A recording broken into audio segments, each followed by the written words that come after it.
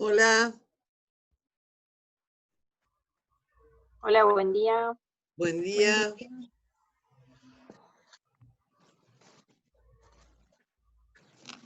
Hola, buen día, Ana. Buen día a todos, a Hola, todas. buen día. Buen día. Hola, buen día para todos. Buen día.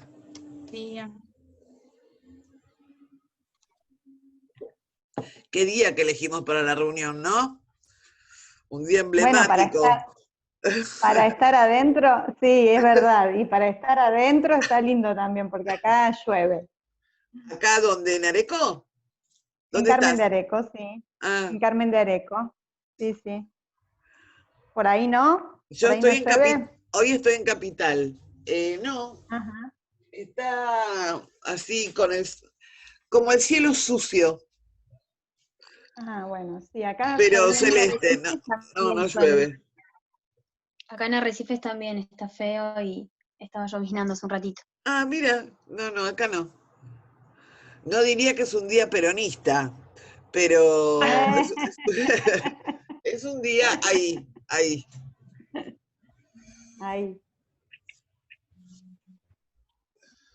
Ana, mientras esperamos te Sí, consulto. Ahí vi que subiste un listado de sí. los colegas que Ah, ya me tienen parece una bárbaro que traigas el tema. Yo subí un listado en coordinación, Ujú. en lo que sería la oficina, el espacio de coordinación, Sí, lo eh, vi. no me acuerdo si lo puse en el foro de consultas. Sí. Es un primer listado con... ¿Dónde estás? Ah, ahí estás. Es un primer listado que establece si tienen que hacer carrera corta o carrera larga. No están todos. ¿M? Hay muchos casos que no están porque todavía no están resueltos. Son los de títulos que tienen más complicados a resolver. Hay otros casos que no están porque les falta entregar documentación y les van a ir llegando mails. Generalmente los manda Natalia, se llama Natalia, la persona encargada de mandar esos mails pidiendo que adjunten la documentación faltante. Hay otros casos que no le falta documentación, pero le faltan datos. Bueno, están ordenando toda la documentación que ustedes enviaron. Dentro de la Bien. documentación armada, correcta y completa, ahí hay una cantidad de información respecto de si es carrera corta o carrera larga. De los que están, creo que de carrera larga eran nada más que 2. Sí, yo soy una, Ana. ¿Qué tal? Buen día. Buen día, María Laura. ¿Vos ¿Cómo sos estás? una? No vas a Sí, yo soy una. no vas a estar sola, quédate tranquila. No es por eso, Ana. Yo Sí, lo que quería saber era bien los criterios que se utilizaban para realizar, ¿cierto? Porque estamos hablando acá que se está evaluando solamente la cantidad de años exactamente. ¿Por qué se y no la evalúa? formación. No, Y no la exacto. formación. Claro, no la formación. Pero es un Te tanto digo por qué. arbitrario. ¿Cómo? Que es ¿Cómo? arbitrario, lo No, considero no, no. arbitrario. No es ¿Por arbitrario. qué? Te explico por qué. Ujú. La evaluación no la hace una persona porque se le ocurre, no es arbitrario, no hay rey. La arbitrariedad es del rey solamente. Ajá, no hay rey entonces. No hay rey. Lo que ustedes están cursando, es una complementación, por eso se llama CCC, un ciclo de complementación respecto de un título de base que ustedes tienen. Si ustedes leen bien la resolución, que está en información importante, no es que se puede inscribir acá alguien que tiene el título de bachiller. Un bachiller no puede ingresar a esta licenciatura. Es un ciclo de complementación curricular, por eso es CCC, para hacer la licenciatura. Es decir, que Sí, ustedes necesitan un título de base anterior. ¿Esto se entiende? sí, Sí. vos el bachiller lo llamás ¿a qué? ¿A un magisterio de educación primaria? Una Por escuela ejemplo, secundaria. una Bachiller le escuela, llaman escuela secundaria, está, puede ser bachiller, escuela técnica, digamos, un título sí, secundario. sí, hasta ahí vamos. Nadie con título secundario se puede inscribir, porque es precisamente eso, es un ciclo de complementación curricular. Esto está por resolución del Ministerio de Educación. Y es el Ministerio de Educación Nacional el que dice, los títulos con tales resoluciones pueden hacer la carrera con X cantidad de materias y los títulos con tal resolución pueden hacer la materia. Vieron que cada título tiene un número de resolución. Sí. Según el programa que hizo cada uno. Son cosas que uno nunca se fija, pero que existen.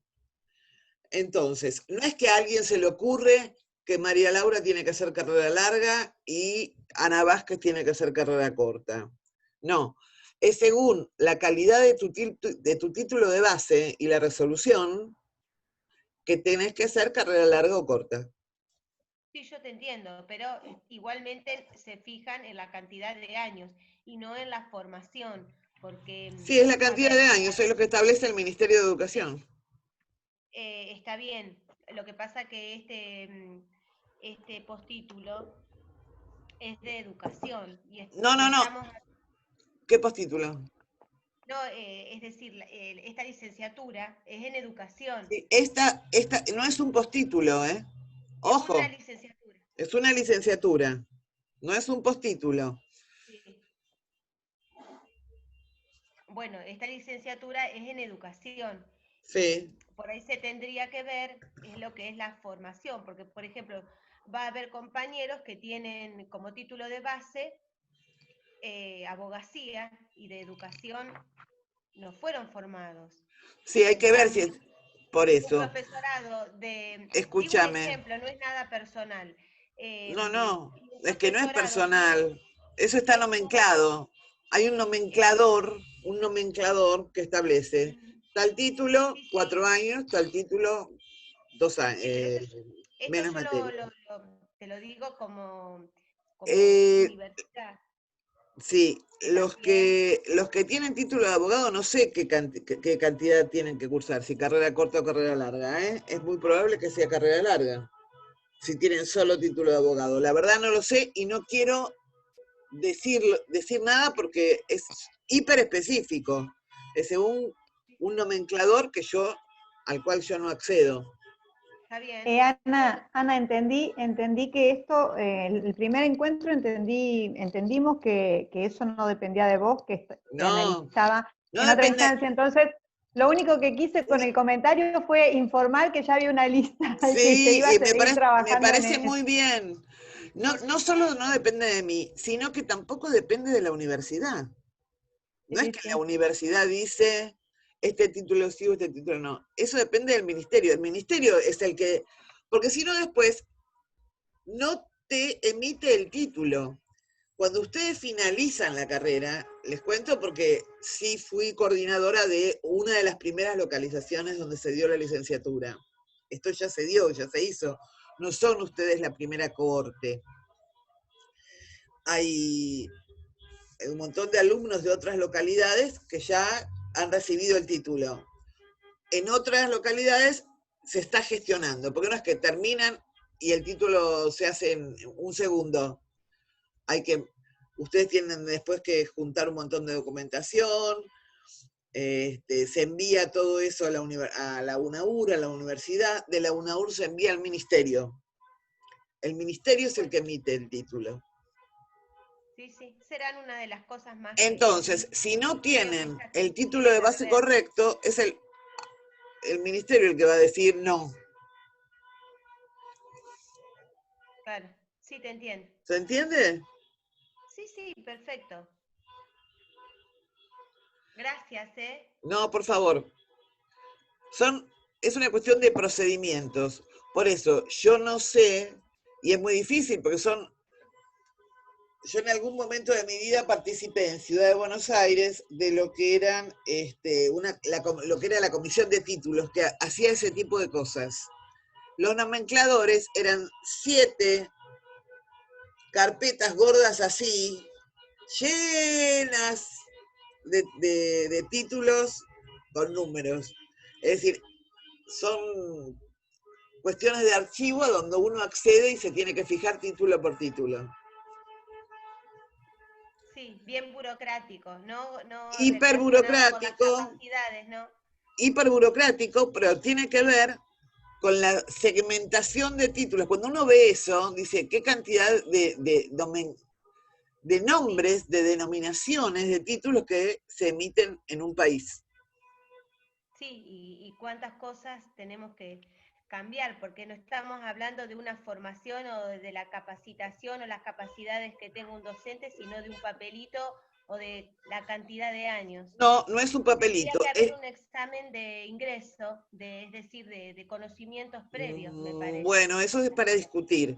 Yo creo que el Estado, es un tema a discutir interesante. El Estado es el que te habilita y el Estado es el que te acredita. Sí, justamente relacionado con la materia que vamos a ver ahora. Claro, el Estado es el que te acredita y el Estado es el que te habilita. ¿Por qué el Estado entonces después duda de lo que te habilitó y te acreditó? Y te tiene que tomar examen de... El Estado somos todos, y No. todo va cambiando. Y te tiene que tomar examen de ingreso. Sí, porque los tiempos van cambiando. Sí, bueno, pero si el Los Estado... paradigmas van cambiando Si el en Estado te educación acreditó y te también. dijo, vos tenés, te estoy hablando de, por ejemplo, Sí. escuelas secundarias, yo no sé si ahora existen escuelas secundarias con examen de ingreso. Cuando yo iba a la escuela secundaria, No. sí. Yo sé Entonces, las el universidades. Estado te daba el certificado de séptimo grado y te decía, vos aprobaste séptimo grado. Y después te tomaban examen de ingreso en la escuela secundaria, como que el Estado empezaba a dudar de esa misma acreditación que te había otorgado, ¿no? Y está bien, y eso está bien. En España es así. Vos tenés que revalidar tu título todos los años. Y es como lo tendríamos que hacer, tendría que ser de forma más O sea, natural. está bien, esto. porque en España está bien, porque lo hacen en España está bien. No, lo digo que a No mí sé me qué parece opinan los bien. demás. Digo, si se hace en España, eso quiere decir que está bien. No, yo lo digo como ejemplo. Pero a Ah, mí me bueno, parece que tendría digo, que en estar España más hay rey relacionado. también. En España hay ¿Eh? rey. Ana, Sí. hay colegas que están esperando la ¿Entrar? aceptación, escriben ahí en el chat, fíjate, a ver. Yo admití. Ah, Ahí bien, están entrando. bien. Buenísimo, gracias. No sé dónde está Agustina, si llegó Agustina. Acá está Agustina. Acá está, ¿qué tal, Hola, Agustina? Ana. ¿Qué tal? No te veía. Qué bueno Admitir verte. todo.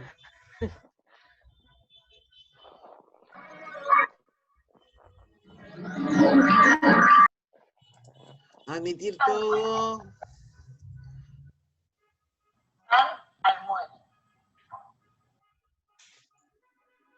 Bueno, ¿dónde estás? Ahora, ahí está.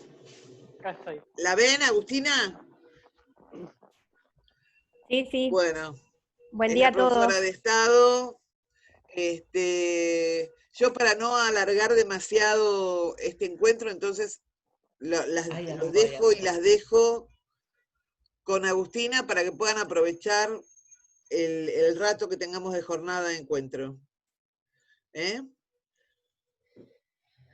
Recuerden que, bueno, la materia de Agustina, o sea, Estado ya comenzó y todos tienen ya la nota de la materia anterior.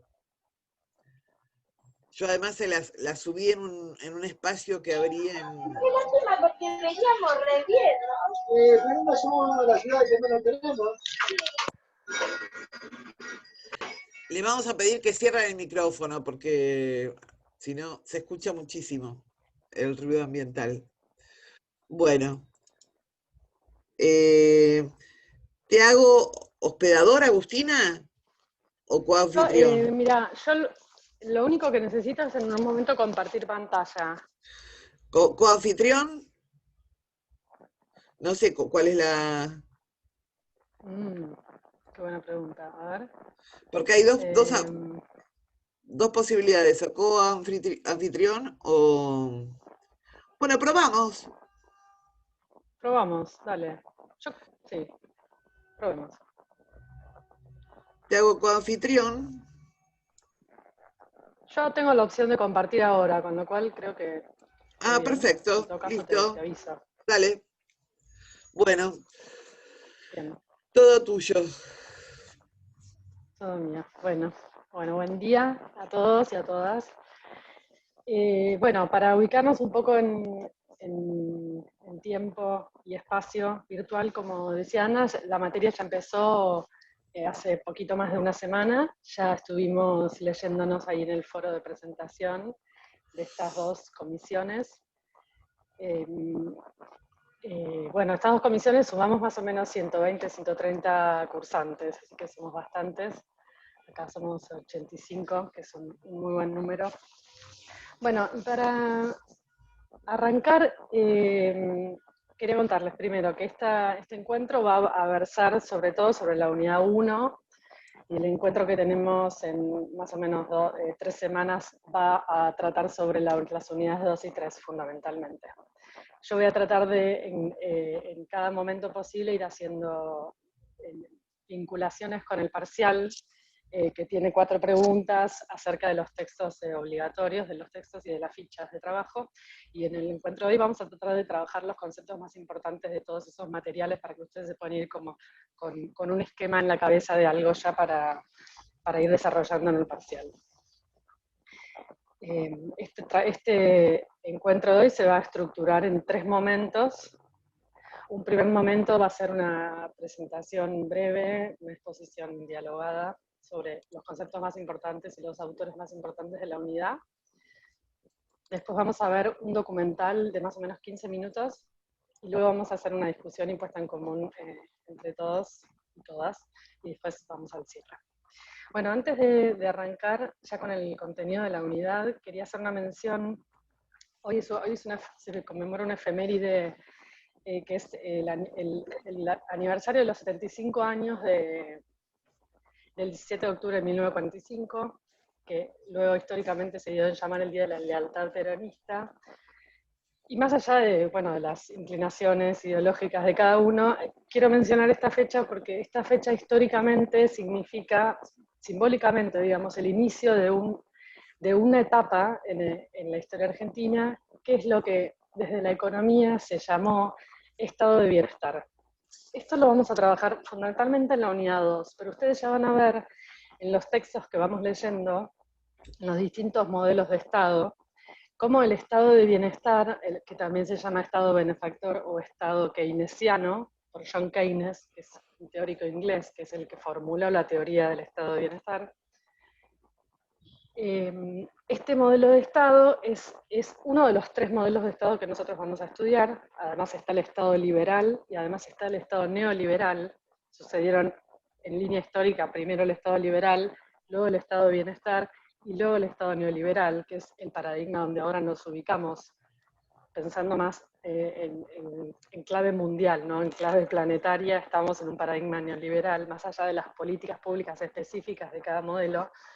Y bueno, el 17 de octubre del 45 marcó de alguna manera el inicio de lo que fue lo más parecido, digamos, la versión más parecida que en Latinoamérica se aproximó al estado de bienestar. También se conocen, el peronismo se conoció también como populismo, así como en Brasil fue el varguismo y en Uruguay el vallismo. Fueron modelos de sociedad muy específicos, con sistemas económicos y políticas públicas muy específicas que tendieron, por eso se llama bienestar, a la inclusión de grandes cantidades de población, o sea, a la inclusión de las mayorías. Este modelo se interrumpió en la década del 70, ¿no? Algunos historiadores dicen que en realidad en Latinoamérica no hubo estado de bienestar, como sí lo hubo en Europa y en Estados Unidos, pero lo más aproximado a ese modelo, esto tiene que ver con el lugar de Argentina en el esquema mundial, ¿no? Y las relaciones entre los países, pero se podría decir que el peronismo fue como lo más aproximado a un estado de bienestar que tuvimos en nuestro país. Lo vamos a ver en detalle luego en la unidad 2, pero para que se armen una idea, el estado de bienestar es aquel modelo de gobierno o aquel modelo económico que genera inclusión social, pleno empleo y beneficios sociales, fundamentalmente. Seguridad social, salud pública, educación pública, estas políticas públicas muy fortalecidas desde estados muy fortalecidos. Esta tendencia se rompe en los 70, ¿no? Y luego entramos en otro paradigma. Pero bueno, entonces esta fecha, yendo para atrás, nos lleva a ese momento de la historia en nuestro país. Bueno, vamos ahora a ingresar directamente en lo que es el planteo del trabajo de la unidad 1. Para iniciar, yo quería hacer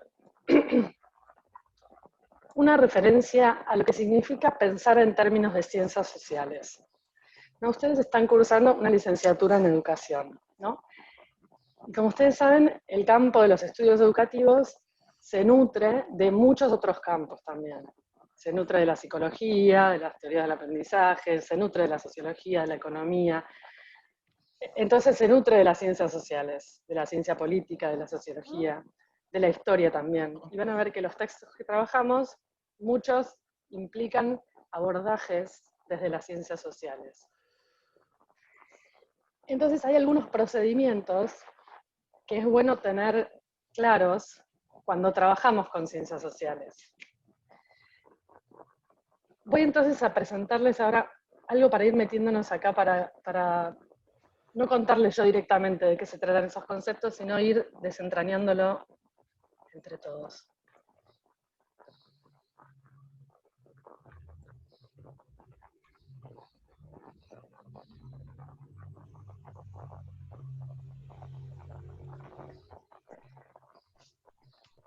¿Ven acá la presentación?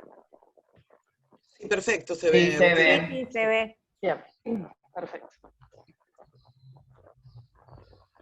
Bueno, ¿qué ven? Vayan El patio de una diciendo, así escuela. libremente. Un patio en una escuela. Alumnos.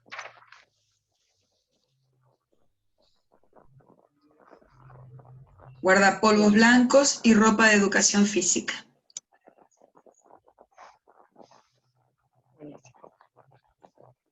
¿Y ahora?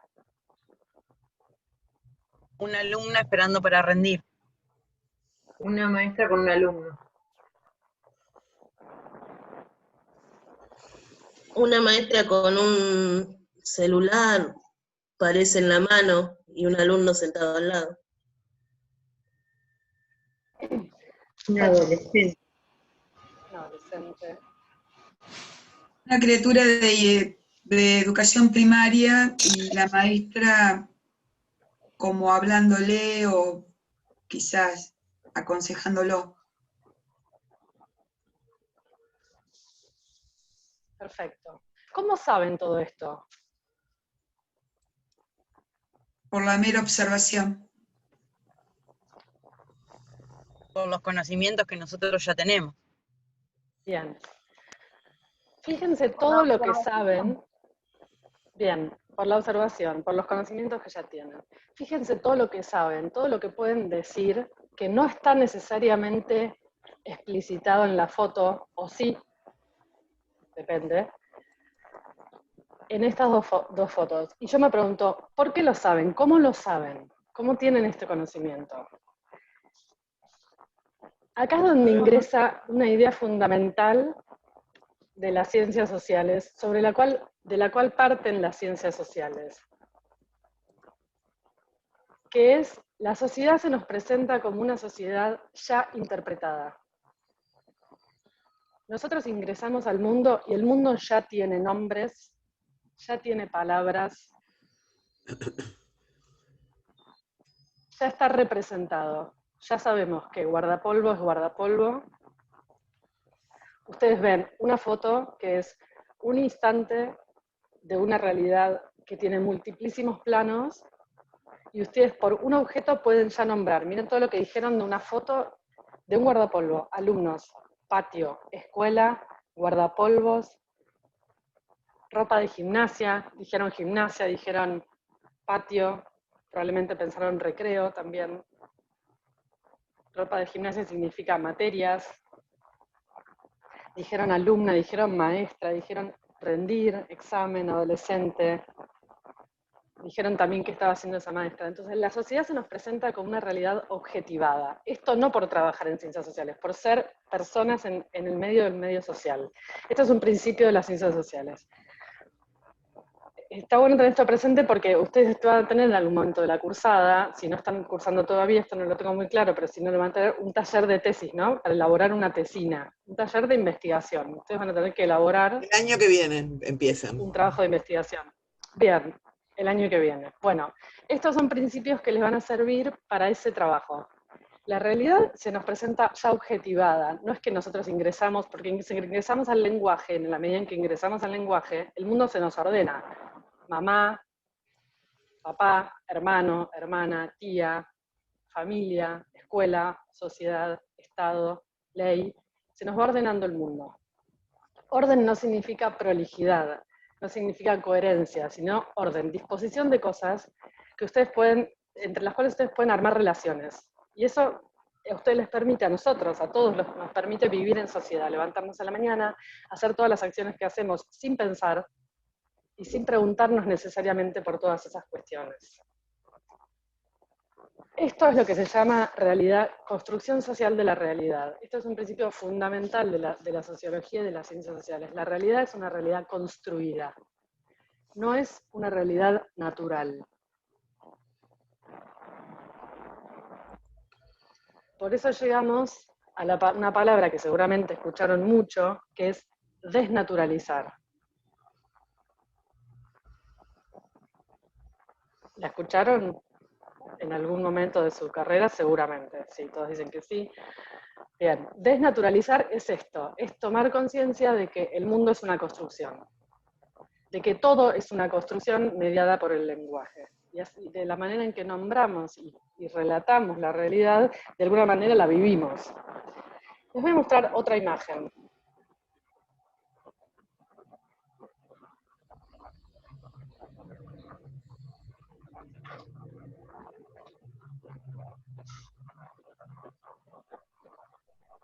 ¿Ven mi presentación? Sí. Ahí vamos. ¿Qué ven? Papeles rotos. Hojas rotas. Papeles sobre una mesa. Hojas divididas para iniciar una tarea, quizás un juego, en una clase, para una clase.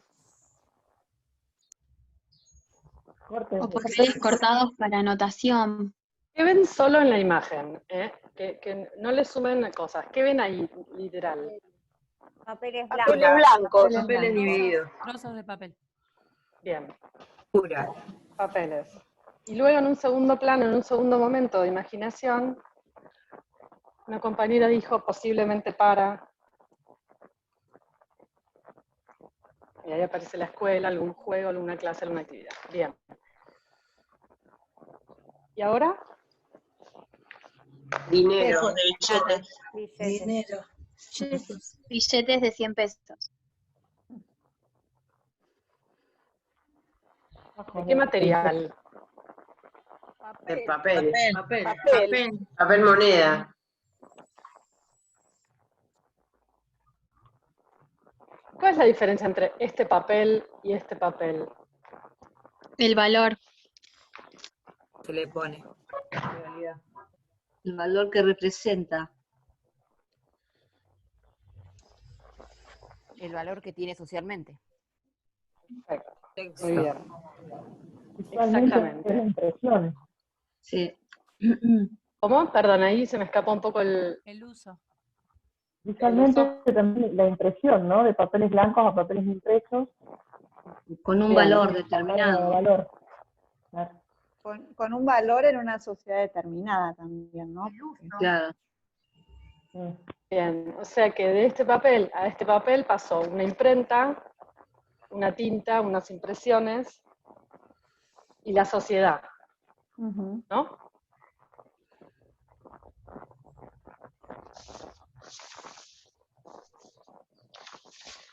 Bueno, Este es el fundamento, esto que acaban de decir ustedes, la adjudicación de valor a un objeto, es el fundamento de una de las teorías que explica el Estado moderno capitalista, que es el marxismo, que la vamos a ver en unos minutitos antes pasando por otro lado.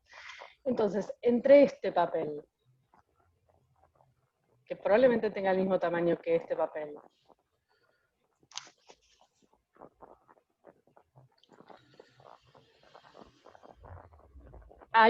está la construcción social de la realidad. Ahí yo quería, estos papeles, estos son estos papeles. Entre este papel y este papel está la construcción social, está el Estado capitalista. Si un día, de un día para el otro, todos los humanos del mundo dejamos de creer que este papel tiene un valor, este papel se vuelve este papel. Y todo el sistema capitalista se cae. Entonces, ¿qué va a decir Marx? Uno de los teóricos que nosotros estudiamos esta materia. En la base de todo el sistema, de todo el Estado capitalista donde vivimos, hay un acto de fe. Hay una cosa mística, que es que todos juntos a la vez creemos que esto tiene un valor. La adjudicación del valor a las cosas, los sentidos que le adjudicamos al mundo, y esto pensemos en la escuela también, el sentido que le adjudicamos al guardapolvo, el sentido que le adjudicamos a la persona docente, el sentido que le adjudicamos a todo lo que podemos pensar a partir de eso, es construcción social. Entonces, ¿cuál es el trabajo del cientista social o del licenciado en educación que va a trabajar en el momento investigando la realidad social? Es, primero, decir, la realidad es una realidad construida. Uy, escucho un eco mío. ¿Pueden, por favor, silenciar los micrófonos? Así no hay rebotes de sonido. Entonces, asumir la construcción de la realidad. Segundo, desnaturalizarla, o sea, desmontarla, es decir, hacerle preguntas a esa realidad, problematizarla. Y de las preguntas es de donde nacen las teorías. Este es el camino recorrido de cómo llegamos a las teorías que vamos a ver en la unidad 1. Preguntas iniciales que dijeron, esto no es natural, esto puede ser otra cosa. Decir que algo no es natural quiere decir que es así, pero también puede ser de otra manera. Que la construcción social hace que el Estado sea como es. Que la sociedad actual es así porque de alguna manera el momento histórico y todos nosotros como sociedad hacemos esta realidad, con tensiones, con luchas, con intereses opuestos, no por voluntades unívocas, pero es construcción social. Entonces, desnaturalizar y problematizar, dos operaciones del análisis social. Y la palabra extrañamiento, quizás también se la crucen por ahí, que quiere decir ponernos en relación de extrañeza con el mundo. Observar con extrañamiento, no asumir la naturalidad de los hechos sociales, sino alejarnos, distanciarnos, serle extraños a la realidad para poder analizarla, deconstruirla, hacerle preguntas. Bueno, ¿hasta acá vamos? ¿Sí? Bueno. Ahora vamos a hacer un ejercicio, una especie de juego de imaginación ustedes inventen a gusto. Profe, Imagínense. Agustina, se escucha mucho ruido de fondo, muchísimo ruido a viento, algo, no sé qué es lo que hay prendido, un ventilador. Muchísimo, a ver. No sé si soy yo o ese. ¿Todos tienen muteados los micrófonos? Yo te escucho perfecto.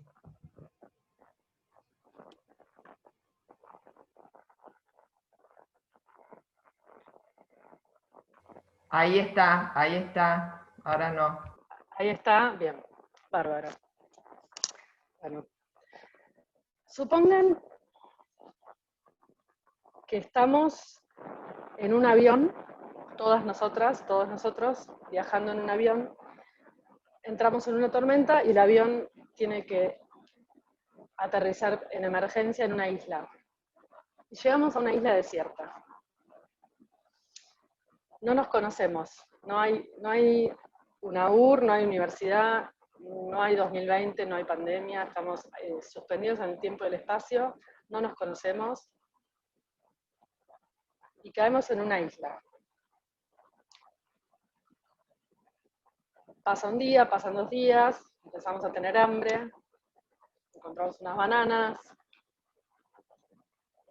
¿Qué pasa? ¿Cómo sigue?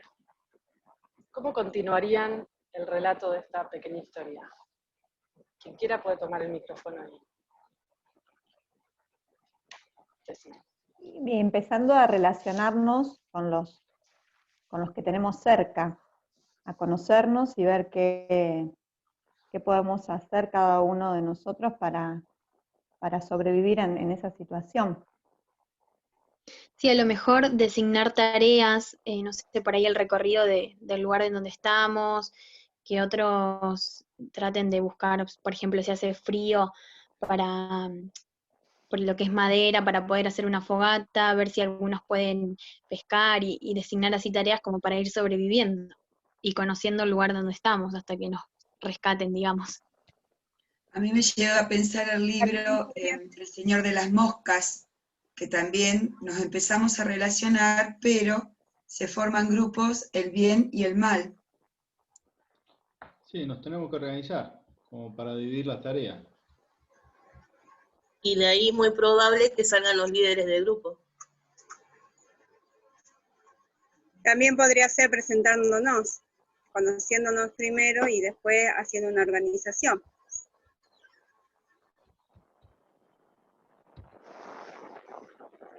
¿Sin conflicto? Somos 88, somos 88. Pensemos que somos 88 con un árbol de bananas. Siempre va a haber conflicto. Porque siempre van a existir líderes buenos y líderes malos en la pelea por tomar el poder. No, yo pienso que todos pensamos distinto, todos tenemos diferentes formas de actuar. Entonces, bueno, a veces esa es la forma de que tendríamos que ver cómo respetarnos los unos a los otros. Claro, con opiniones diferentes.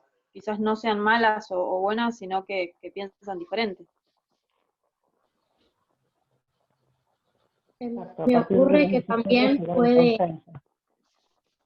A mí se me ocurre que también... Sí, se me ocurre que también puede parecer la competencia entre nosotros. ¿Por qué? Y por los recursos que tengamos a disposición, ya sea de alimento o lo que sea. ¿Cómo sería esa competencia? Lo que estás planteando, Agustina, me hace acordar mucho a Lost. A mí también. Se pueden acordar normas o pautas. Formas de convivencia. Pautas para poder organizarse si surgen conflictos. También va a depender de la sociedad que provenimos cada uno. Si somos todos de Argentina o de qué parte, si somos de otros países. No somos de ningún lado, somos del universo. Somos hijos del universo. El idioma. Piensen esto, el idioma. A tener en cuenta es, Subgrupos, seguramente. a partir del conocimiento tenemos que también saber entender y saber cuáles son las capacidades que tiene cada uno para posterior delegar tareas. Así el fuertes y debilidades que tenemos como grupo poder sobrellevarlas. Sí, y también se me ocurría pensar en el conflicto que vos decías, Agustina, no por ahí como algo negativo, muchas veces después se construye sobre ese conflicto situaciones superadoras, ¿sí? O mejores a las anteriores. Y si nos damos cuenta que en la isla hay solo un árbol de bananas y, o sea, hay más o menos 89 bananas, y somos 89. Y bueno, hoy comemos una banana cada uno. ¿Y mañana? Es la distribución. Hay que pensar en reglas para ordenarnos. Reglas, normas, cómo nos vamos a organizar, pero escribirlas para que todos las cumplan.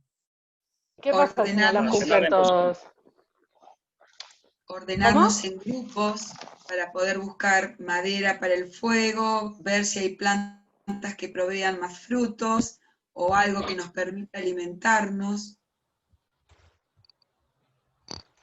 Bien. Vos decías, Agustina, si no las cumplen todos, supongo que en esas normas que se van a establecer existirán acciones también para el hecho o el caso de que alguien no cumpla con la norma, ¿no? A modo de reglamento, digamos, por decirlo de alguna manera. O sea, vos estás pensando en que va a haber que aplicar normas. Ponernos de acuerdo, sí, para poder convivir y sobrevivir el tiempo que nos toque en este lugar. Pero también está quienes quieran cumplirlas y quienes no. ¿Y entonces qué hacemos ahí? Claro. Para eso están las sanciones. Históricamente se resolvió de esa manera, desde Babilonia en adelante. Antes. ¿Quién pone las sanciones si estamos todos nosotros en una isla? Me parece... La mayoría, democracia. De común acuerdo deberían establecer. Lo que debería suceder es la construcción del Tomás. Estado desde el inicio. O sea, uno leyendo por ahí el material que mandaste,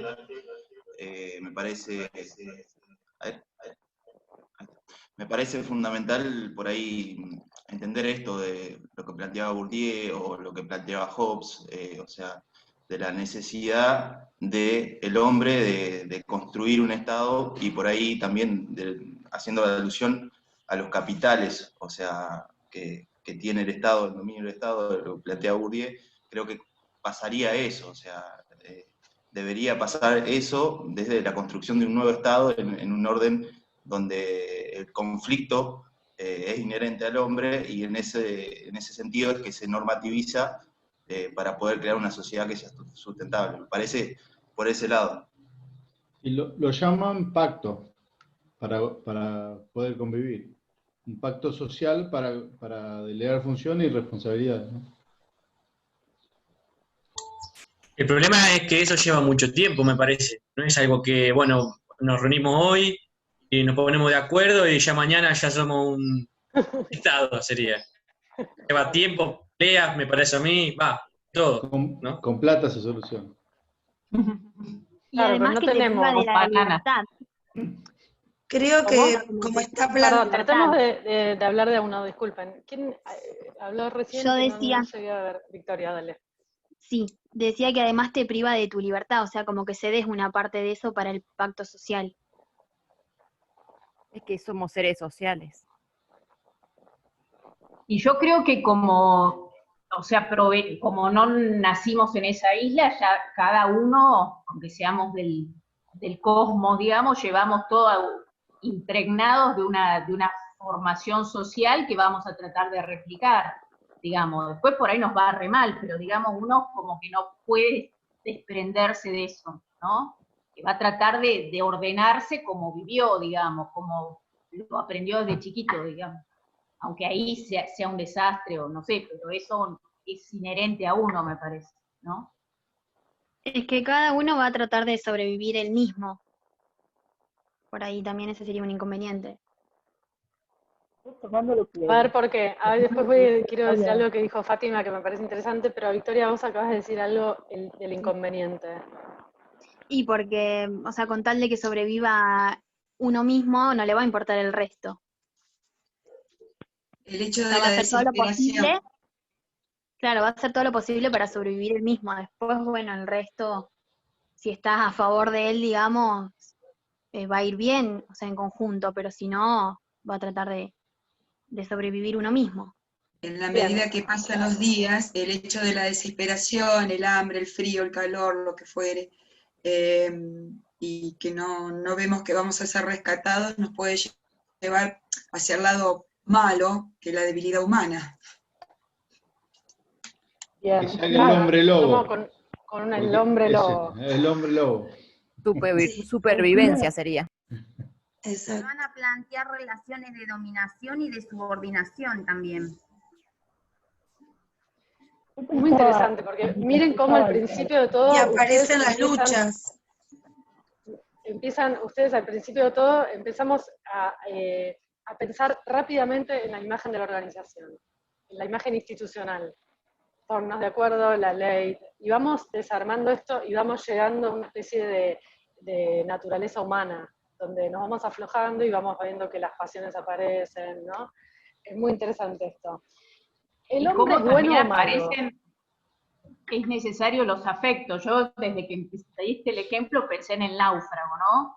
O sea, él la tuvo en cierto sentido fácil porque quedó solo, pero sin embargo tuvo que brindar el afecto, su apoyo a Wilson, ¿no? No podía vivir sin, digamos. De hecho, cuando lo pierde, sufre enormemente, ¿no? O sea, tal vez tuvo menos conflictos, pero la soledad no las soportó, digamos, ¿no? Sí, Bueno, para los mí, afectos y las pasiones como algo propio de la naturaleza humana, ¿no? Claro. Sí, Luis.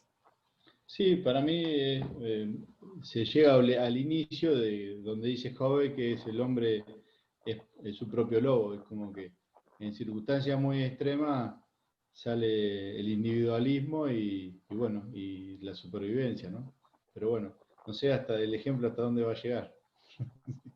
No, bien. No, está perfecto. Hasta acá llegamos. Ahora quiero plantearles una pregunta. ¿El hombre es bueno o malo por naturaleza? Para mí no es ni bueno ni malo, sino que la bondad y la maldad es una reproducción social. O sea, Es bueno por naturaleza. así que me parece que el hombre actúa en el contexto donde se le presenta el conflicto y por ahí la supervivencia como principal fuente de seguir adelante. O sea, y en ese Bien, sentido o sea que ese actuar puede ser percibido como bondad o como maldad a través de una construcción de un otro. O sea, si uno lo ve en tercera persona, no es ni bueno ni malo el hombre. Me parece que actúa en un contexto y en ese contexto por ahí después se va normativizando la bondad y la maldad. Agustina, y la película de Viven, si duraba 2 meses más o más tiempo, ¿cómo terminaba la película? Bueno o malo. Ya habían empezado, primero son buenos, todos son buenos, pero bueno, primero dudaban de la comida, después tomaron una decisión y después cómo seguía la historia. Bien. Bueno o malo es una construcción social igual. Bien, bien también ahí. Bueno, perfecto. Todo esto que ustedes están diciendo, todo esto, a ver, vamos a reconstruirlo un poco. Primero, ¿el hombre es bueno o malo? Algunos dicen, no, es bueno. Otros dicen, no, ni bueno ni malo. Es un ser social. En sociedad depende de las condiciones sociales. Y vos agregaste, Andrea, fuera de lo social no hay bueno y malo, porque bueno y malo son conceptos morales, que son propios de la vida en sociedad. Bueno, esta pregunta tiene que ver con el concepto que introducen los contractualistas, que son 3 teóricos. Los contractualistas son más, pero los 3 teóricos fundamentales del contractualismo son Hobbes, Locke y Rousseau. En la ficha técnica de la unidad 1, ustedes van a ver que vamos a hablar de estos 3 teóricos. Ellos plantean este concepto fundamental, acuérdenselo, estado de naturaleza. En este punto, la palabra estado no significa lo que conocemos como estado nacional. Estado en este momento tiene que ver con estadio. Estadio naturaleza. Entonces, los contractualistas, ¿qué hacen? Imaginan, así como estamos imaginando nosotros, cómo fue un imaginario estado inicial de la sociedad. Ellos se preguntan, ¿por qué hay sociedad en lugar de no haber nada? ¿Por qué estamos bajo el poder de una ley? No estamos todos sueltos, cada uno con su propia ley. Entonces, cada uno de ellos armó su propia teoría de eso, de ese porqué, explicándose ese porqué. Cada uno lo hacía desde el momento histórico en el que estaba. Vamos a ver. Voy a compartir, acá hay una especie de síntesis que yo armé, que me parece que lo muestra de una manera más clara.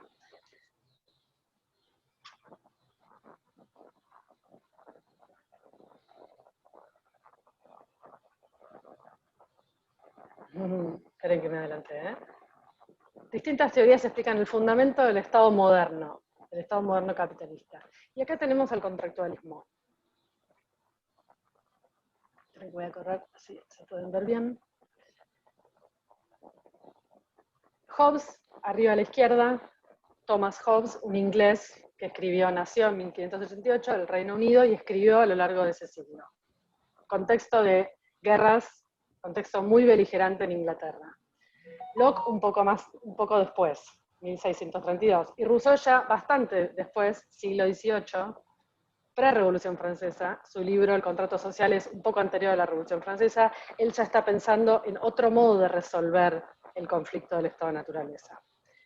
Esta es la lógica del pensamiento del contractualismo. Esto que nosotros estuvimos recién tratando de desentrañar y reconstruir con nuestras propias percepciones y teorías.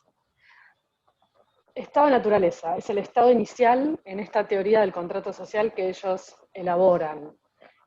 Nosotros dijimos, cuando yo les pregunté, caemos en la isla, ¿no? Como ahí reconstruyendo un supuesto estado de naturaleza, ¿no? Salimos de la sociedad y caemos en una isla. Todavía no tenemos sociedad. Nosotros nos apuramos en decir leyes, normas, organización. Y después, un poquito después, pudimos ir metiéndonos más en este estado de naturaleza de cuando no hay una ley que nos organiza, ¿qué pasa? ¿Qué pasa cuando no hay un poder que nos organiza, como es el Estado hoy? Bueno, algunos hablaron de los afectos, otros hablaron de las pasiones, de las diferencias de cada uno, de las capacidades de cada uno. Alguien mencionó que hay que ir dándole valor a las cosas. Esto es muy interesante, si volvemos a pensar el ejemplo del dinero.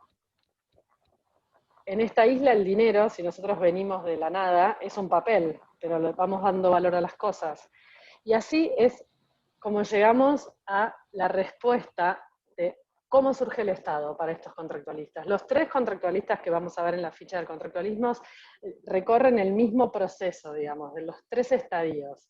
El hombre, en un momento presocial, vive en un estado de conflicto. Y acá hay una diferencia en los tres contractualistas, como ustedes bien mencionaron. Para Hobbes, el hombre es lobo del hombre. El hombre es un ser muy regido por sus pasiones negativas y llega al punto de poder matar a otro hombre por sus propios intereses. Entonces él dice, el hombre es lobo del hombre. Homo homini lupus, dice él. Entonces el estado de naturaleza para Hobbes es un estado de alto conflicto y de guerra permanente. Y así, de acuerdo a cómo él define su estado de naturaleza, es como también va a inventar un tipo de estado moderno, un tipo de solución, ¿no?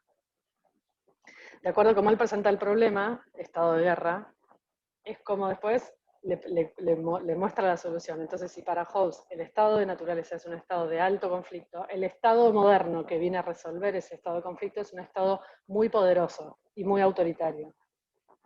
Porque tiene que ser una fuerza lo suficientemente grande como para poder contrarrestar ese estado de conflicto. Para Hobbes, para Rousseau, lo contrario, el estado de naturaleza es el buen salvaje, dice Rousseau. Alguien dijo, no somos buenos por naturaleza. Rousseau dice, sí, el estado de naturaleza es un buen salvaje, pero él se está imaginando una sociedad pequeña, con individuos casi aislados, donde todavía la relación social no existe, casi. Entonces él ve la posibilidad de la armonía social. Por eso para Rousseau la solución a los posibles conflictos de la sociedad son la voluntad general, son la organización colectiva. Es bien distinto al planteo de Hobbes. Por eso se dice que Rousseau es lo más cercano a la idea de la democracia, porque implica la deliberación y el poder en lo colectivo. Acá ya falta poquito para que pasemos al documental, pero quiero cerrar un par de ideas para que nos queden presentes. Los contractualistas, como dice en el medio de esta diapositiva que les muestro, ofrecen una teoría para comprender por qué el Estado y la sociedad existe y tiene legitimidad. Y acá resalto la palabra legitimidad, que entre paréntesis es la pregunta 1 del parcial 1. ¿Por qué es importante la legitimidad? Para todo poder o toda autoridad, la pregunta clave es la legitimidad. Es la validez del poder. Un poder que no es legítimo no puede ejercer poder.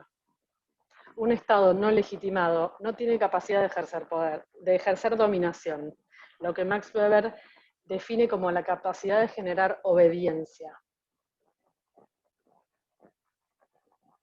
Pensemos, por ejemplo,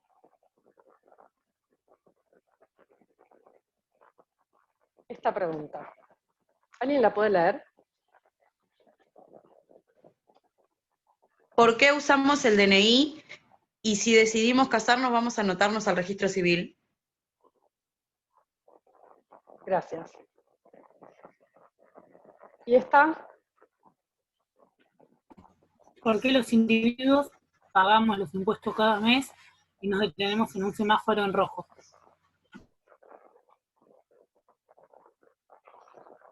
Bien. ¿Y estas? ¿Por qué vacunamos a nuestros hijos? No alcanzo a ver porque tengo justo la pantalla ¿y por qué mandamos Te la corro. a nuestros hijos a la escuela, a los chicos a la escuela? Bien. ¿Por qué? Porque son ¿Por qué hacemos todo pautas esto? que no determinan la sociedad.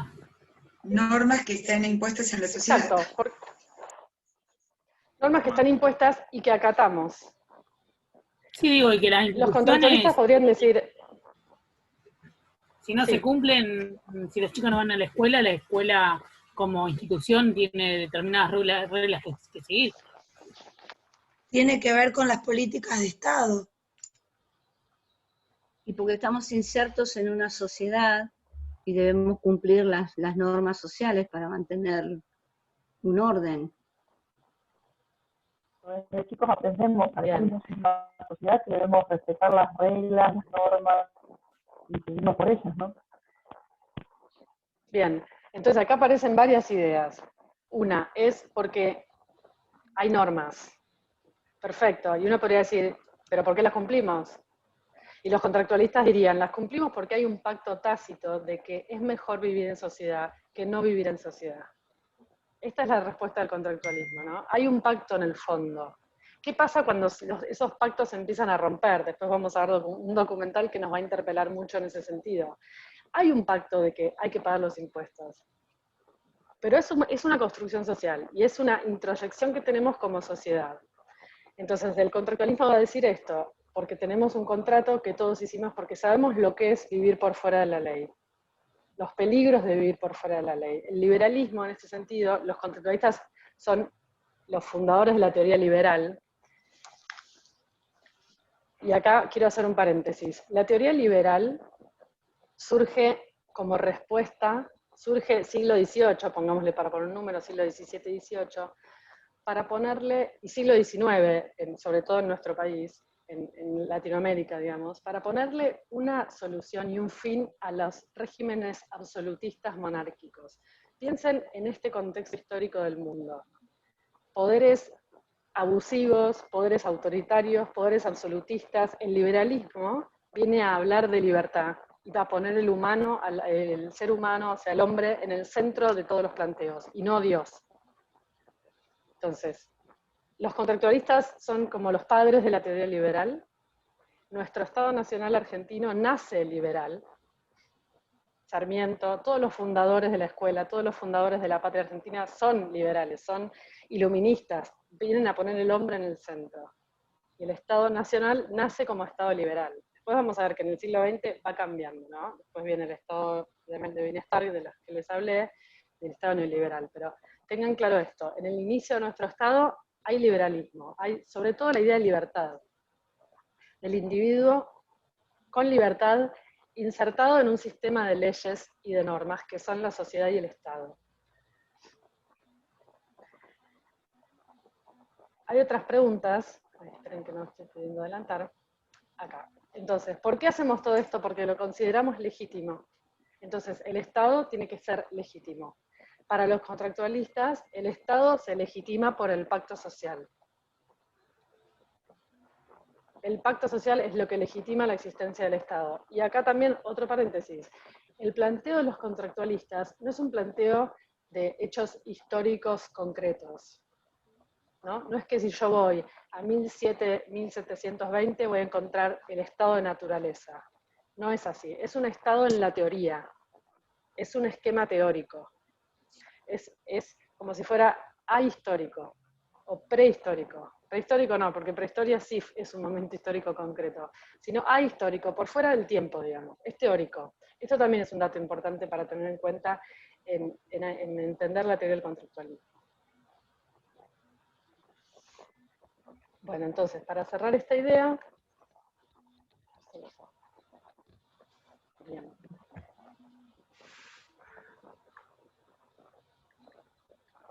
acá arriba dice, estoy leyendo, liberalismo, doctrina de pensamiento sobre la que se funda el Estado moderno.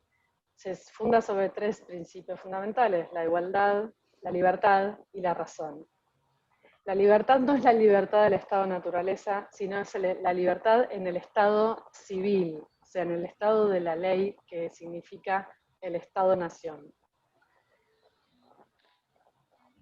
Para los contractualistas, el someternos, porque ellos hablan de sumisión, sobre todo Hobbes, someternos a una ley significa perder algo de nuestras propias libertades. Y esto es fundamental para pensar las relaciones sociales hoy, ¿no? Cuando se reivindica hoy en el neoliberalismo, mi libertad, hoy es una reivindicación muy fuerte, la reivindicación de la libertad. Se retoman principios del liberalismo de principios del siglo para hablar solo de la libertad, ¿no? Pero aquí hay que recordar que en sociedad y dentro de una ley, como dicen los propios contractualistas, la libertad se tensiona todo el tiempo con la ley y con la igualdad, porque el extremo de la libertad significa un peligro para el otro y para mí mismo.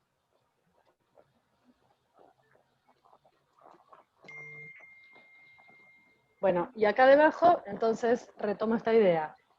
Los contractualistas construyen la idea de un supuesto pacto, un acuerdo entre individuos libres y racionales, o sea, es una decisión del individuo someterse al Estado,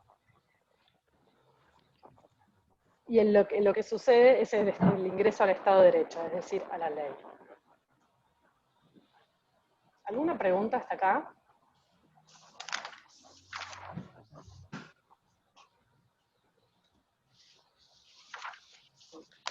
Bueno. Yo propongo entonces ahora que pasemos al segundo momento de este encuentro, que es ver este documental que elegí para que trabajemos hoy. Este es un documental que se llama Colegiales. Es un documental elaborado por el director Gustavo Lasquier. Este documental fue filmado durante las asambleas populares que hubo en Capital, en Colegiales, especialmente en el 2001, 2002, 2003, y se llama Colegiales Asamblea Popular. Vamos a ver 15 minutos, porque el documental dura 1 hora. Yo les voy a pasar el link acá debajo en el chat, y les voy a pedir que cada uno lo vea, y luego volvemos al chat, o lo pueden ver mientras están acá en el chat con el micrófono silenciado, y luego volvemos a hacer una conversación sobre eso. Pero me interesa que piensen a partir de algunas preguntas que yo les voy a dar.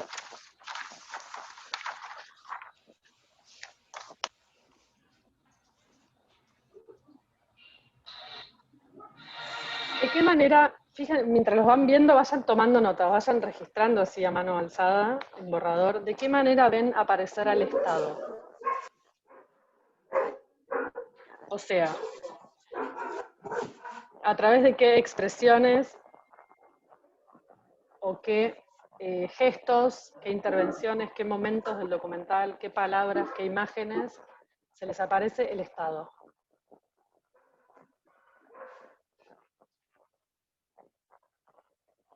¿Sí? ¿Están ahí? Están ahí.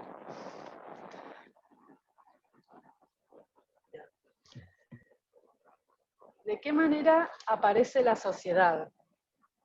Si bien decimos que la sociedad, hay muchas formas de hablar del Estado, ¿no? Y acá de nuevo depende de qué marco teórico usamos o qué autores.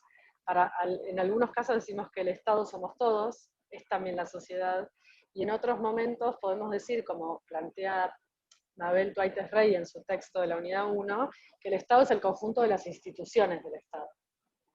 O el Estado también son las políticas públicas, como el Estado en movimiento, como lo llama ella.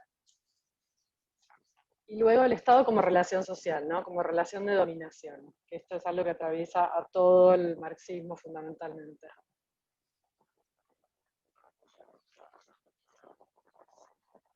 Entonces, ¿de qué manera aparece el Estado? ¿De qué manera aparece la sociedad? ¿Y qué preocupaciones expresa la Asamblea? Van a ver la Asamblea de Colegiales. ¿Qué preocupación o preocupaciones expresa la asamblea.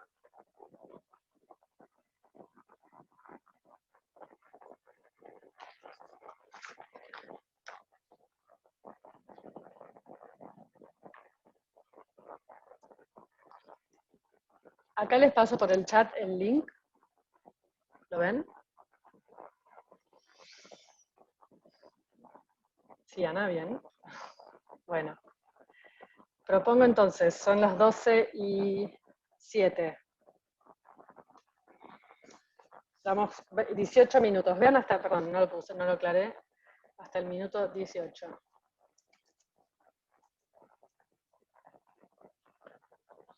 Lo vemos y volvemos.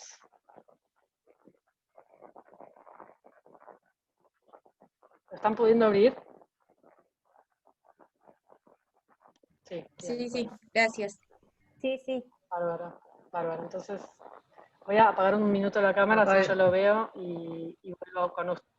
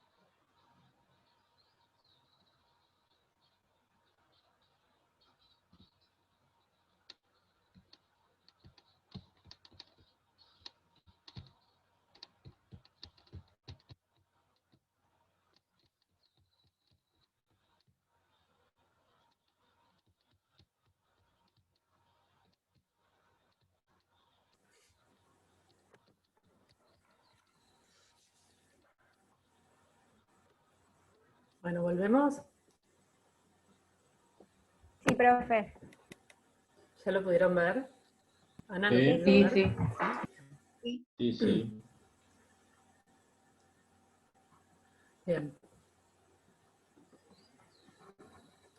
Bárbaro. ¿Me oyen bien? Sí. Sí, Sí, sí. perfecto. Bueno. Sí, perfecto. Bueno, vamos a tratar de reconstruir fuerte, ¿no? Ver eso de nuevo. Ya lo habíamos dejado un poco atrás. Durísimo. Bueno, vamos a tratar de reconstruir un poco para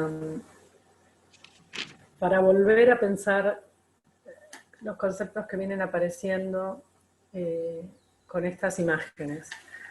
¿De qué manera vieron al Estado aparecer? Es un Me estado parece social. que ¿En qué personas? ¿En qué Y en el intervenciones? ¿Con qué presidente, imágenes? en los representantes, en los distintos presidentes, en la fuerza de No tiene que seguridad. ser el Estado necesariamente, no piensen en intervenciones deseadas. El Estado, con lo que es el Estado, con Como sus represor. instituciones, Represor. neutro, Represor. neutro no, quiero decir, sin valoración. hay una palabra que Objetivo. Inestable. Con poder de decisión. Represor de los reclamos. me parece que ¿Tiene la alguna palabra es institución estatal aparecer? Los trenes. deslegitimado. Me parece ¿Alguna que figura representativa de la institución estatal? Los inspectores.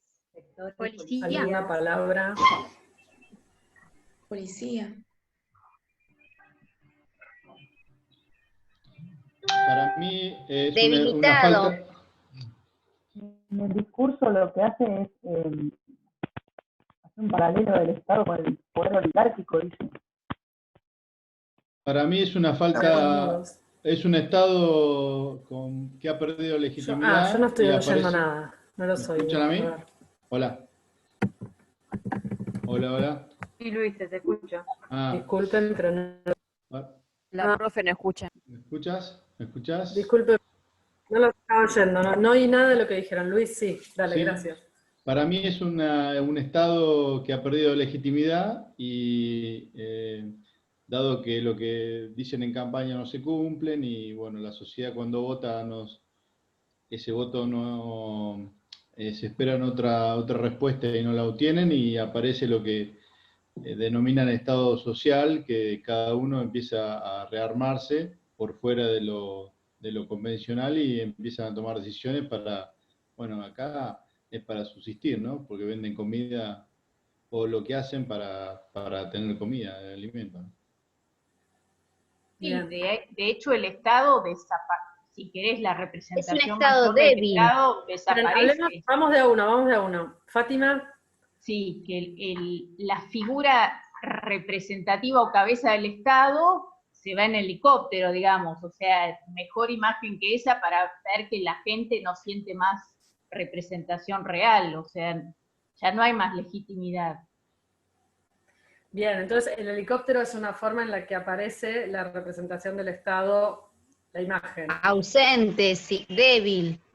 Sí, Sin está bien, por eso legitimidad. digo, aunque sea mala, aunque sea negativa o débil o borrosa, ¿cómo aparece el Estado? ¿Qué formas pueden ver? Sí, también cuando De la Rúa dice de claro el estado de sitio, no sé, también es una forma de presencia del Estado, ¿no?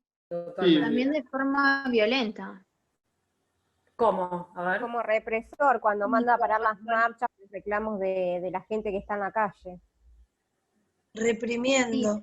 Como represión. Perdón, también me pareció interesante. Cuando no los deja trabajar. Esperen, tratemos de organizarnos para ir de a una. Cintia, creo que eras la próxima. Sí, gracias. Buenos días.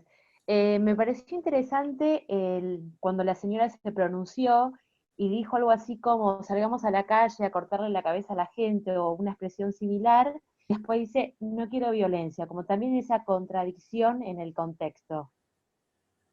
Como para analizar ese discurso es muy fuerte, me da la sensación. Sí, alguien más había hablado luego de Cintia. No sé si era Natalia. Sí, para mí... Yo lo que veo es, perdón. Sí, no, Natalia, dale, después vamos, Luis. Bueno, lo que yo veo es justamente lo que estaban marcando recién, ese enojo y esa incitación a la violencia cuando tu voz sentís que no es escuchada. Eso es lo que marca la señora, es como que ella no se siente representada, entonces su enojo y su incitación a la violencia, que es justamente lo que no debe pasar en un Estado democrático, y eso demuestra aún más la falta de acuerdos y la falta de participación del pueblo en un Estado democrático. Bien. Volvamos a pensar, ¿dónde ven al Estado aparecer? En el ¿Luis? sistema de los trenes Eso también. lo que te iba a acotar es que, independientemente de la figura presidencial, también no se confía en la autoridad del inspector, el Estado controlando, la policía que no tiene ninguna función, es un ciudadano común, y también la falta de Estado cuando dicen de falta de vacunas en los hospitales, ¿no? El servicio. Entonces, como que la sociedad ya no confía en ningún extracto del Estado, ¿no? Ni la figura principal que es el presidente, como los diputados, o bueno. Bien, bien, Luis. ¿Tomás? Me parece que por ahí está bueno analizar el contexto de dónde venía el Estado, qué termina pasando y por qué, pasa, la deslegitimación del Estado. Me parece que la clave es esa, el Estado durante los 90 se aleja de la sociedad, es un Estado, si se quiere, que favorece a algunos intereses y no de las mayorías, y en ese sentido es que empieza a perder legitimidad, ¿no? Y en ese sentido pierde el capital estatal, que es lo que hablaba Bourdieu en el texto, me parece fundamental entenderlo. Ante eso usa el capital de la fuerza, llevándolo a la calle, para poder volver a ganar legitimidad, y entre eso se encuentra una sociedad que no por nada quiere seguir teniendo el mismo Estado. En ese sentido es que se empieza a reorganizar y para poder tener otra forma de Estado que atienda más a las necesidades de las mayorías, no a un Estado que se hace ausente ante las políticas neoliberales, ¿no? Me parece que esa es un poco lo que pude enlazar, entendiendo de dónde venía la historia y hacia dónde estaba en ese momento. Sí, Tomás, esto que decís es un buen aporte justo para mencionar a Bourdieu, que no lo mencionamos todavía. Está en juego, como también dijo Luis, creo, la idea de la legitimidad del Estado, ¿no? El Estado todo el tiempo está poniendo en juego e intentando asegurar su propia legitimidad. Vos hablaste de capitales que tiene el Estado. Uno de los capitales es la posibilidad de ejercer la violencia a través de la policía y las Fuerzas Armadas, pero es una violencia legítima. Esto es muy importante. Es la definición moderna o del Estado moderno es que el Estado es la única institución que tiene el monopolio legítimo de la fuerza. Esta es la definición por excelencia del Estado. Esto es Weber, esto es Bourdieu, esto es todos los teóricos de la sociología admiten que el Estado es la única institución, y eso es la soberanía, al cual le otorgamos legitimidad para ejercer la violencia a través de instituciones bien concretas, que son la policía, las Fuerzas Armadas, Gendarmería, etc. Piensen, por ejemplo, cuando hay una movilización y hay una represión, cuando aparecen estos sujetos sin uniforme, que algunos dicen son los servicios, es la policía sin uniforme, genera mucho malestar esa presencia sin uniforme, porque no es una presencia legitimada, porque que la policía reprima y abuse de su poder también genera mucho malestar, pero hay una institución que nosotros hemos, por un pacto social, legitimado. Ahora, el uniforme es lo que nos muestra eso. Cuando no aparece eso, es una fuerza exterior, rompe con toda representación nuestra de lo que es el Estado legítimo. Y como decía también Tomás, acá aparece la idea de sentido común, pregunta de parcial, también entre paréntesis, sentido común para Bourdieu. El Estado construye todo el tiempo su legitimidad a través de la construcción de un sentido común. Y acá la definición de sentido común no es lo que a veces se usa corrientemente para decir sentido común. Por ejemplo, tener un poquito de sentido común y no haz eso. Tener un poquito de criterio. Vieron que a veces uno usa como si eso fuera una especie de racionalidad superior. Eso no es el sentido común para Bourdieu. El sentido común es un conjunto de percepciones mentales que tenemos inconscientemente introyectadas, por las cuales vivimos en este estado y hacemos lo que hacemos. Lo venimos hablando en todo el encuentro, por la cual usamos el dinero en lugar de, y pensamos que tiene un valor y no es un papel en blanco. Es un sentido común que el Estado construye todo el tiempo. Eso es el capital simbólico del Estado. El Estado tiene que estar todo el tiempo construyendo sentido común para legitimarse. ¿Dónde viene a aparecer? Hasta ahora aparece. Disculpen, ¿alguien quería decir algo? No digo, por eso se llama es común a todos. Se hace un sentido que se hace para que sea común a todos, que todos pensemos de la misma manera. Exacto, pero no es una opinión, no es la ideología.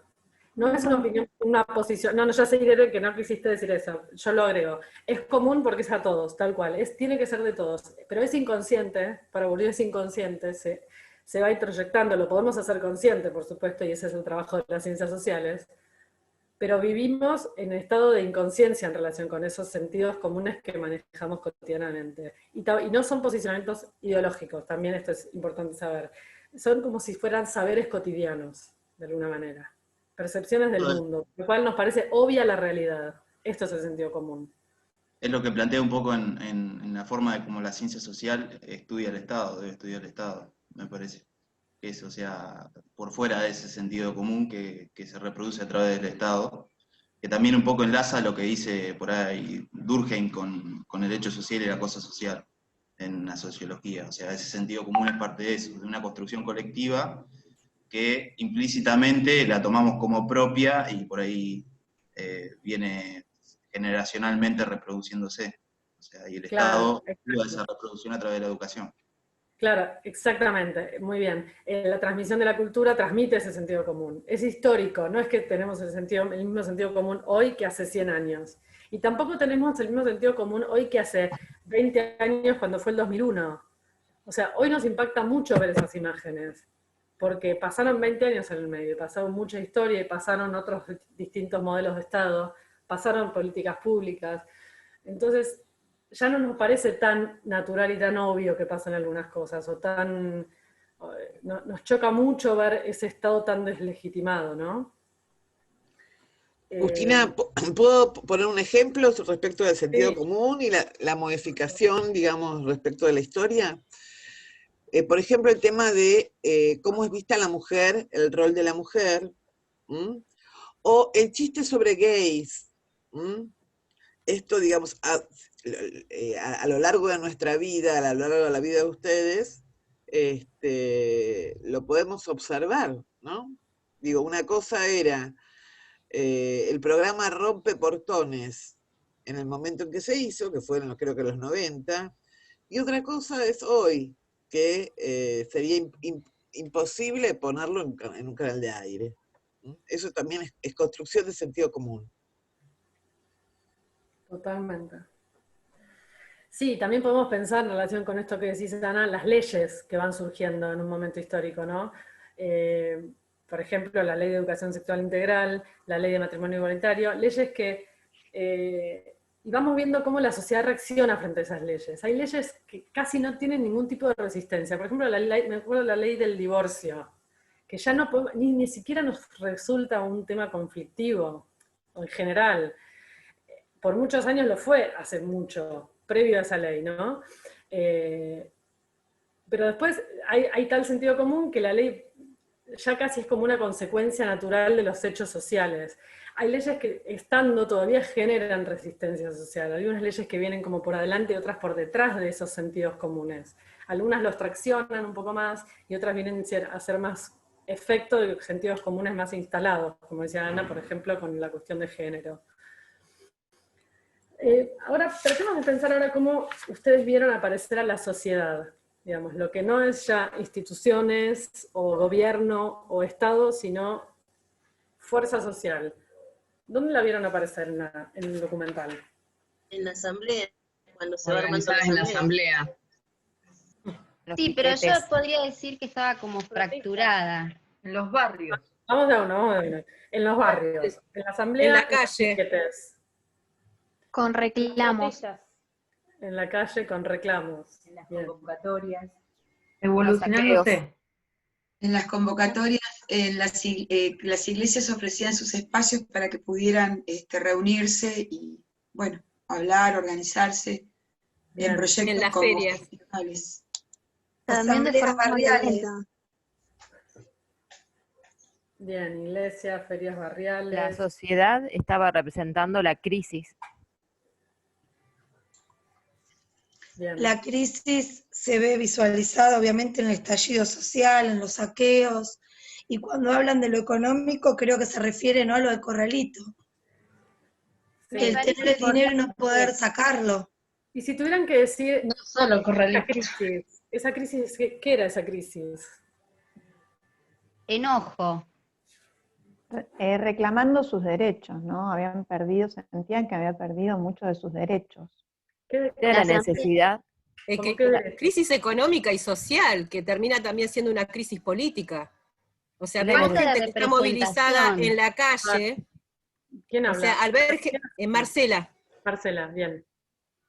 Si estamos viendo gente movilizada en la calle con reclamos, también se ve que es un espectro amplio en esos reclamos. O sea, por un lado vamos a tener a una clase media con las cacerolas, pero también por otro lado vamos a tener gente reclamando que no tiene que comer, que no tiene trabajo. Bien, perfecto. Voy a poner un punto acá porque me parece clave este comentario para lo que viene.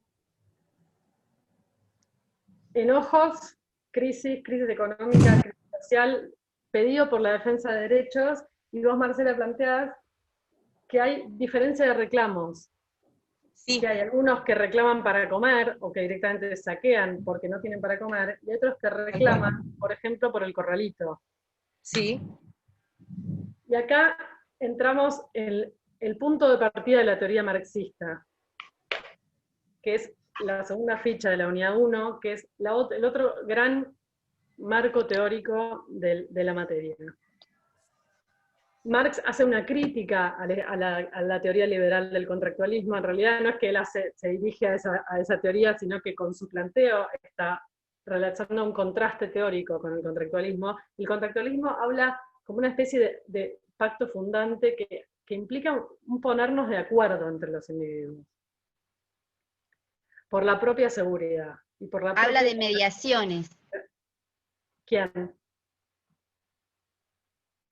Perdón, Natalia. Bueno, no, el contractualismo habla de un pacto fundante, un ponernos de acuerdo. Marx dice, no hay ponernos de acuerdo. La sociedad capitalista, el Estado capitalista es un estado de conflicto. Esto es un contraste fundamental. Y en este documental vemos las clases sociales, ¿no? Lo que Marx dice, en el Estado capitalista, el Estado moderno capitalista, en el que vivimos todavía hoy, lo que hay son clases sociales. No hay individuos homogéneos, todos iguales ante la ley. Sí, ante la ley sí, por definición teórica, pero concretamente, socialmente, los individuos no son todos iguales. Hay clases sociales. Y las clases sociales para Marx son dos, fundamentalmente. Los dueños y los trabajadores. Sí. Él no lo llama a los dueños, lo llama la burguesía. Sí. Piensen que escribe en 1848, 56, etc. Marx, les quiero mostrar compartir acá para mostrar un par de imágenes. Antes les quiero mostrar. Esto es la obra de Marx, les quiero mostrar ahí. ¿Ven la pantalla? Estos son tres tomos del Capital. Estos son 3 tomos de 9 tomos que escribió Marx del Capital. O sea, piensen, esto más 3, más 3. Esta es su teoría del capitalismo. Y acá habla del dinero, de la mercancía, de la teoría del valor. Al principio de todo, cuando nosotros hablamos de la isla, alguien dijo, empezar a darle valor a las cosas. Bueno, Marx desarrolla una teoría del valor, de cómo es que el ser humano le otorga valor a las cosas, y cómo ese otorgarle valor divide a la sociedad. ¿Y cómo es que la sociedad está dividida? ¿Por qué? ¿Por qué elemento fundamental que es la base del capitalismo?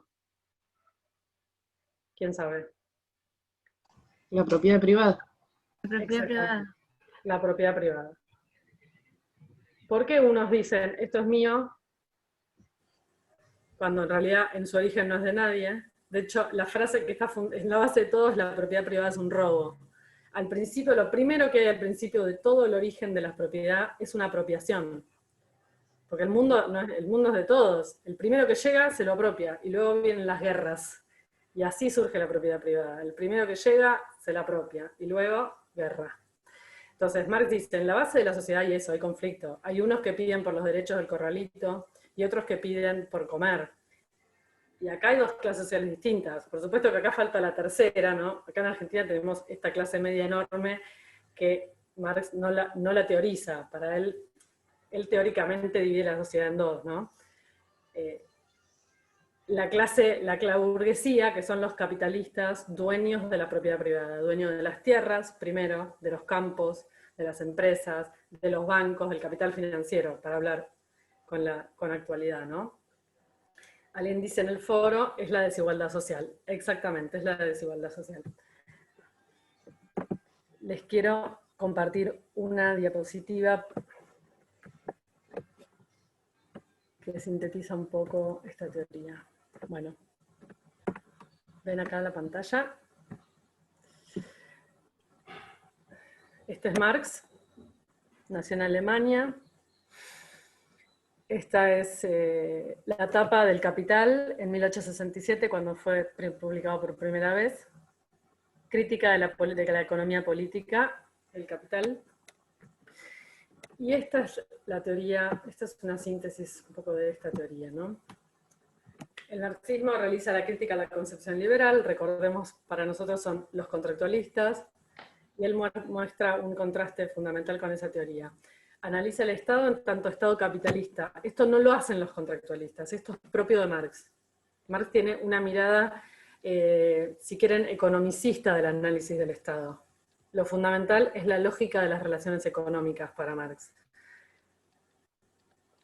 Y está definido por las relaciones de propiedad. La propiedad privada no es un derecho a proteger, es la fuente de conflicto e injusticia, dice Marx. Y estos son unos puntos sintéticos de lo que es su teoría, ¿no? La sociedad es una sociedad de clases, primero. Esto no es una obviedad, esto es un concepto. Sociedad de clases es un concepto marxista. La sociedad, nosotros podemos decir, ¿qué es la sociedad? Son individuos agrupados. La sociedad es un todo mayor a los individuos, como dice Durkheim. Marx dice, la sociedad es una sociedad de clases, en lucha. Las clases son dos, la burguesía y el proletariado. La diferencia es que la burguesía es dueña de las fuerzas productivas, de los medios de producción, perdón, como por ejemplo una empresa, y el proletariado son los trabajadores, no son dueños más que de su propio cuerpo. Esta es la idea fundamental. ¿Por qué? ¿Por qué el conflicto está? ¿Por qué lo que defienden los que saquean? Porque ¿qué tienen para defender? Su cuerpo, el hambre. La burguesía, ¿qué defiende? Sus propiedades. La clase media lo que tiene es sus ahorros. Se ve acá cómo la propiedad va dividiendo y las luchas y las reivindicaciones son otras. Acá, para Marx, el Estado es una relación de dominación donde quien domina es la burguesía. Esto lo retoma Tobias Rey en su texto, también lo retoma Oslak, marxistas, todos retoman la teoría marxista. En la base del Estado capitalista hay una relación de dominación. Por eso hay que construir sentido común, va a decir Bourdieu, porque no es obvia la dominación. ¿Por qué voy a someterme a un poder que me domina? Tengo que construir en los dominados, entre comillas, una aceptación legítima de que está bien funcionar en esta sociedad así. ¿Se entiende? Porque es una sociedad con conflicto, no es una sociedad armónica. Entonces, para oponerse al conflicto, tiene que haber una fuerza que me haga a mí estar convencido de que está bien vivir en una sociedad de conflicto. Y el Estado es expresión de la clase dominante. Esto es Marx, ¿eh? Después vienen un montón de teorías que retoman y que reformulan. Piensen que esto es siglo XIX. Y acá dice... Sí. Perdón, está bueno por ahí pensar también el concepto de superestructura que plantea Marx, o sea, de cómo la clase dominante legitima la estructura del Estado para ejercer su poder. O sea, que por ahí no se ve reflejada tácitamente, se ve reflejada en el poder del Estado, quien actúa, las personas que actúan en el Estado, sino habla de la superestructura que por ahí detrás hace que el Estado dirija sus políticas a ciertos sectores, ¿o no? O sea, en ese sentido, o sea, que la superestructura está un poco escondida a lo que el Estado reproduce. Claro, exactamente. Tal cual, tal cual. Buen aporte. Para Marx hay como una especie de velo, digamos, y en realidad la cuestión de todo, que está en la base de todo, es una dominación. Pero bueno, esto es interesante, me parece fundamental para pensar el capitalismo hoy también, para pensar el conflicto de clase. Pero Dwight Rey le da una vuelta a este planteo, y ella plantea la idea de Estado en movimiento. Dwight Rey dice, el Estado es una relación de dominación, estamos de acuerdo, hay una dominación sobre una población. Cuando piensen en dominación no piensen como algo negativo, piensen esto, la capacidad de generar obediencia, ¿no? Tratemos de sacarle los juicios morales primero, al concepto descriptivo.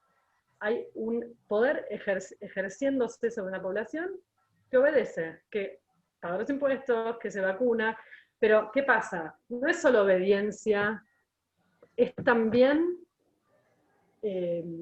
la escucha de las demandas sociales. Esto es lo que dice Dwight Rey. El Estado, para poder funcionar, y si no viene el 2001, tiene que escuchar las demandas sociales. Tiene que escuchar que hay algunos que tienen hambre, tiene que escuchar que hay necesidades sociales por satisfacer, tiene que escuchar el desempleo. Dwight Rey dice, bueno, la forma en que el Estado hace eso es con políticas públicas. Entonces, a esta sociedad de conflicto, concepto marxista, el Estado en movimiento, como lo llama Abel Dwight Rey, gestiona ese conflicto de alguna manera con políticas públicas, atendiendo lo que ella llama las demandas socialmente significativas. O sea, escuchando los problemas de la gente, esto es concretamente. Escuchando una manifestación en un lugar, una manifestación en otro. El Estado que no escucha es un Estado que en realidad no está pensando en cómo legitimarse, porque es clave la escucha de esas demandas sociales para poder construir legitimidad, para poder seguir vivo como Estado, si no viene el 2001, donde el Estado muestra claramente sus hilos, pero sobre todo los hilos de una estructura de no ha escuchado a la sociedad y que ya no está más legitimada. Me parece que este documental grafica la ruptura del pacto social, de alguna manera.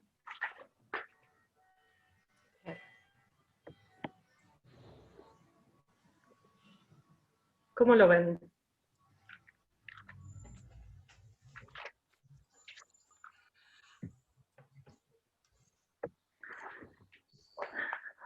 Una cuestión organizativa. Son 12:55. A la 1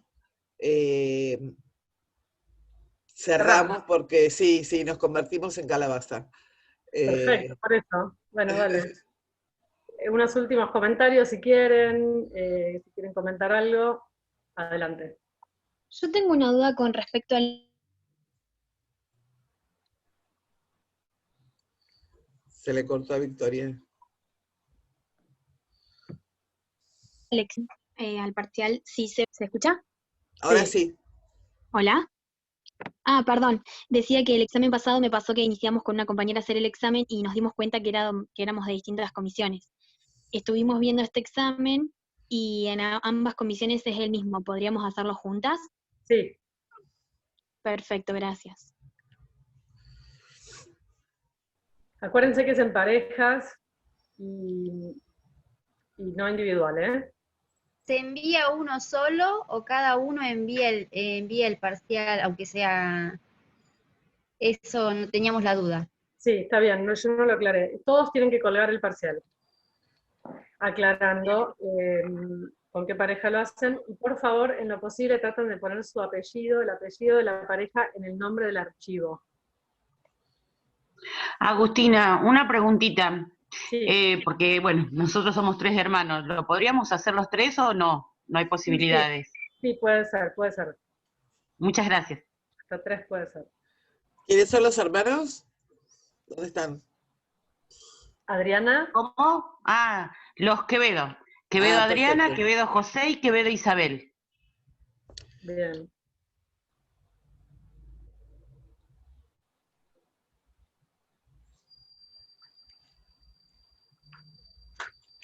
Bueno, ¿cómo están? ¿Cómo se van? Súper satisfecha. Yo creo que fue una clase excelente, excelente. Me hizo acordar de muchísimas cosas. Del arcón, que fui sacando del arcón. Muy bueno el intercambio. A mí me gustó mucho el documental. Muchas gracias por traerlo. Muy clara tu explicación, Agustina, porque en verdad a mí me costaba entender un poquito a Marx.